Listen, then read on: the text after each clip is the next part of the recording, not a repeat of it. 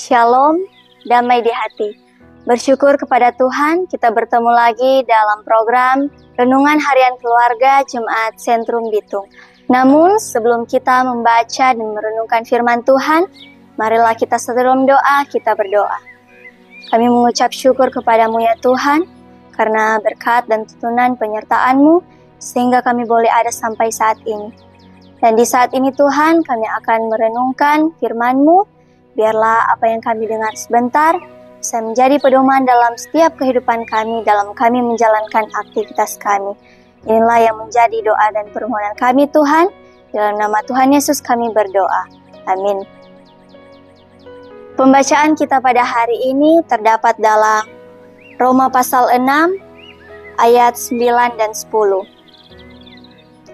Lembaga Alkitab Indonesia memberikan judul Mati dan bangkit dengan Kristus. Karena kita tahu bahwa Kristus sesudah ia bangkit dari antara orang mati, tidak mati lagi. Maut tidak berkuasa lagi atas dia, sebab kematiannya adalah kematian terhadap dosa, satu kali dan untuk selama-lamanya, dan kehidupannya adalah kehidupan bagi Allah. Saudara-saudara yang dikasihi dan diberkati oleh Tuhan, Rasul Paulus menegaskan kepada jemaat Roma bahwa Yesus Kristus yang bangkit adalah Dia yang sebelumnya telah mengalami kematian namun tidak mati lagi. Penegasan ini menunjukkan bahwa kebangkitan Yesus Kristus dari antara orang mati membuktikan bahwa Ia benar-benar mengalami kematian. Bukan mati suri atau seperti ajaran-ajaran lain yang mengatakan bahwa Yesus hanya diserupakan dengan orang lain. Kebangkitannya menandakan bahwa kematiannya adalah satu kali untuk selamanya. Dan setelah itu, ia bangkit serta hidup.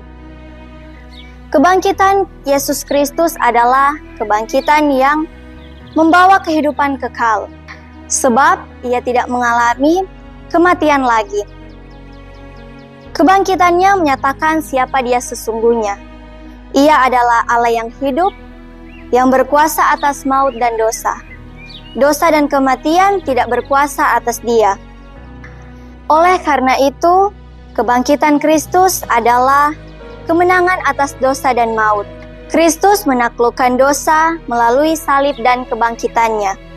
Firman Tuhan ini sangat penting untuk meneguhkan iman kita di tengah berbagai ajaran yang menyesatkan.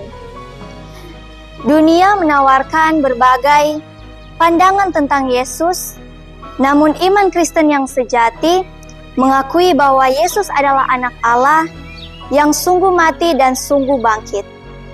Kemenangannya atas maut adalah bukti keilahiannya, dan karena itu hidup kita pun tidak dikuasai oleh dosa dan kematian, melainkan oleh kasih karunia Allah yang menyelamatkan.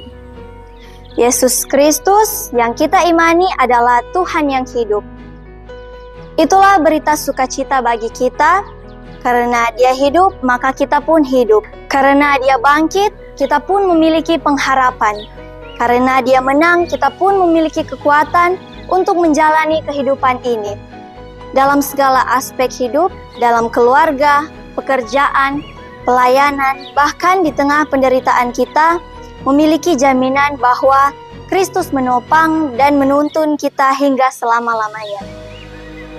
Oleh karena itu, marilah kita hidup dalam kuasa kebangkitan Kristus. Artinya kita tidak lagi hidup dalam dosa atau ketakutan, tetapi dalam sukacita dan kemenangan. Kita dipanggil untuk menjalani hidup ini sebagai persembahan yang hidup bagi Allah, membangun keluarga, melayani sesama, dan mengabdi untuk kemuliaan Tuhan. Amin. Mari kita berdoa. Ya Tuhan Allah, kami bersyukur sebab anak-Mu Yesus Kristus telah bangkit dan memberikan kami kehidupan. Tuntunlah dan sertai kami agar kami dapat hidup dalam kasih-Mu, dan juga agar kami dapat hidup hanya untuk memuliakan nama-Mu. Inilah yang menjadi doa kami Tuhan, dalam nama Tuhan Yesus kami berdoa. Amin. Demikianlah renungan harian keluarga di hari ini. Semoga bisa menjadi berkat bagi kita semua. Shalom, damai di hati.